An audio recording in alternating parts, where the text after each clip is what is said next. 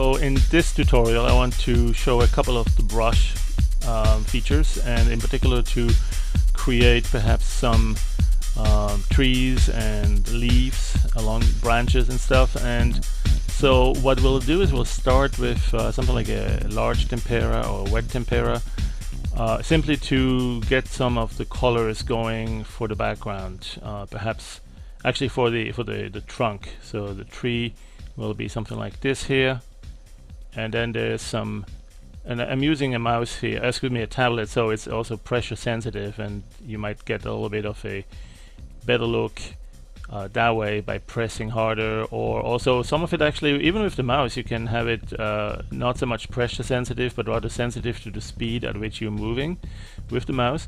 So you have a speed scale like this one here, and you can have it the other way. So if you go slowly, it's big, and if you go faster, it's thinner.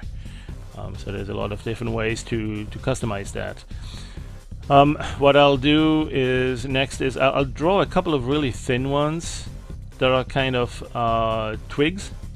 Alright, so it'll be, no, that's not it. I need it now smaller, so I'll set the size to something like 15, and there'll be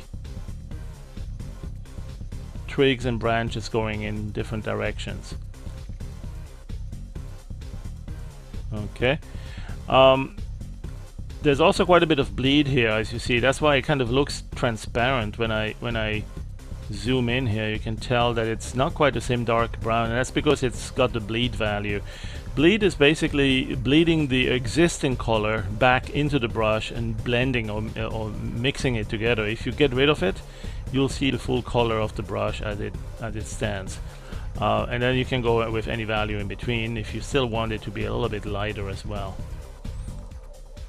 Alright, so now the idea is to have some leaves going along those twigs. And there are some presets for that in the brushes. There are organic effects like these. And so some of these organic effects, you can see flowers. There's two types of leaves, leafy and leafy 2. You can also look up here what the shapes are. There's the shape collection for the built-in brushes. These are the internal brushes, and so you see leaves, this one here and this one here. There's actually a third one here even. Alright, so let's take, for instance, let's take this one. Alright, and these are relatively small images. That's what we call the internal brushes, as opposed to the custom brushes. If you look here on the settings, that will open your brush settings.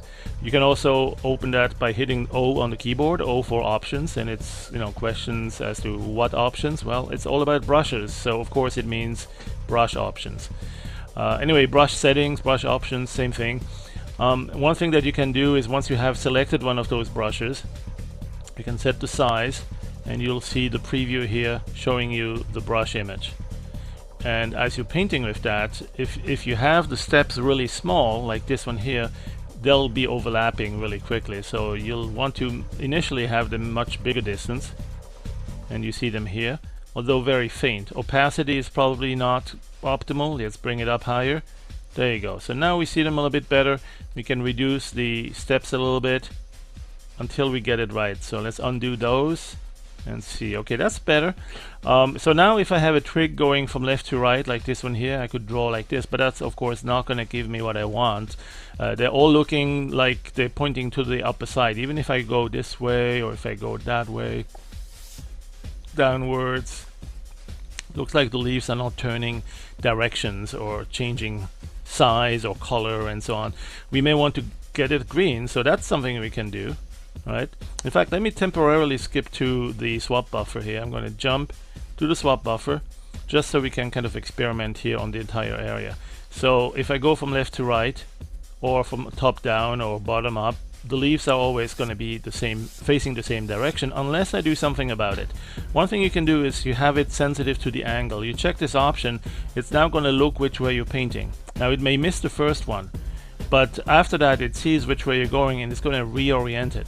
Okay, so that's one thing that allows you to do something like this. And more importantly, that allows you to have leaves that go along a branch or in the opposite direction, and then also again in this direction, and so on. So if you do a quick brush stroke, that will give you a nice basic direction that the leaf is kind of following or lining up in.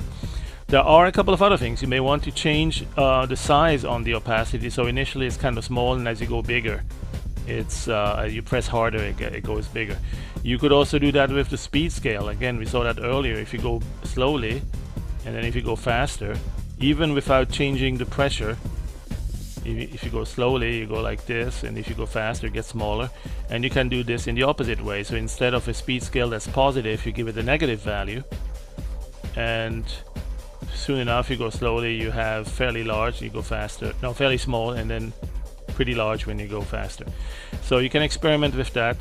The size is probably a good way to go with the tablets, and I'm going to set therefore the speed scale back to 0. There's a couple of other things you may want to experiment with. For instance, the scale that varies, or excuse me, no, the position. So they're not exactly positioned on your path, but a little bit off, a little bit of randomness there.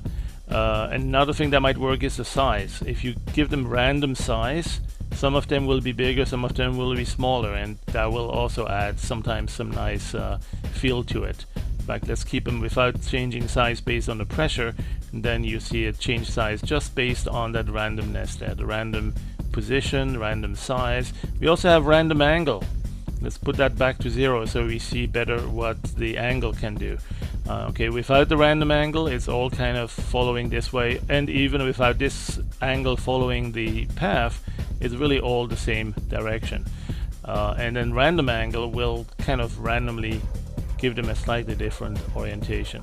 So that's a good way to start. There is also, let's say, no bleed will show the color a little bit more saturated, right? Because I had a lot of bleed there. Let's go back to that, and you can see that the color was kind of fading because it's bleeding the white background there. So if you want some yellow leaves and you really want to see them fully saturated, you bring the bleed away and you'll see them like that. If you want some blue or cyan leaves and so on, all of these colors will immediately affect the appearance, the color of your leaves. Now you may want them to have basically a green tint like this, but perhaps some of them a little bit lighter and some of them a little bit darker, and perhaps actually not exactly the same hue. So there's also a random hue option here.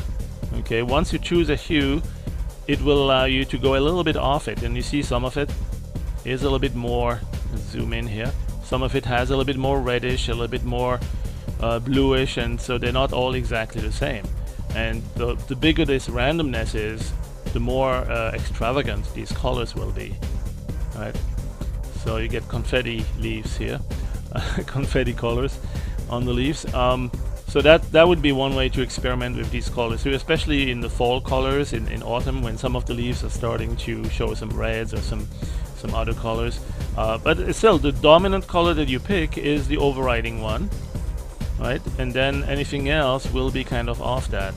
So for instance, if you go with the hue fairly small here, hue change, you can go, you see a variety of shades of blue.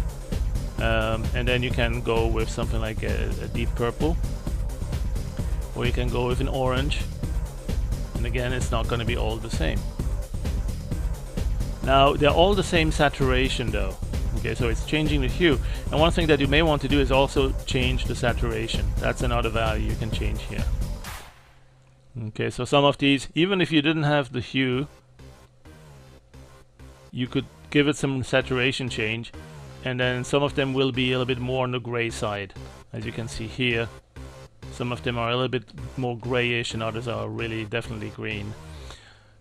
And let's see what else. We got the random value. Okay, that's kind of a brightness and intensity of it. And then there's the bleed we've seen already before. Hello bleed, hello again. And then the dry out. Now that one's kind of interesting, especially if you want to simulate oil painting. Okay, perhaps not for this illustrative type of thing, but if you're doing oil painting and you probably will want to bring the steps down to smaller values, let's say without too much randomness on the value and on the hue, perhaps a little bit there. What's happening with the random dry out, it's not a random dry out, it's just a dry out happening. It's basically showing the ink dry out as it's being transferred from the brush to the canvas. So you paint one brush stroke or one little S shape or the number 5, and you essentially, depending on how quickly you let it dry out, it's not going to show you everything. Here you have a little bit more time, but eventually it dries out as well. So it's basically like you're taking your painter's palette with the colors, you load some on your brush, and you do a brush stroke, and if it's a fairly quick dry out, you've got only a short distance to go before that color, that paint disappears or stops adding to it. Alright, but let's go back to the regular illustrative painting, where we really want to kind of see these leaves stack up at slightly different angles, different hues a little bit, different random value, random saturation, a little bit of that, not too much of the bleed. Let's see, there you go. A little bit of random position, a little bit of random size, right, and random angle. So now, if we add the angle that follows the path, the direction, you have a fairly good way to have them line up with your direction, right, or with your twigs underneath it.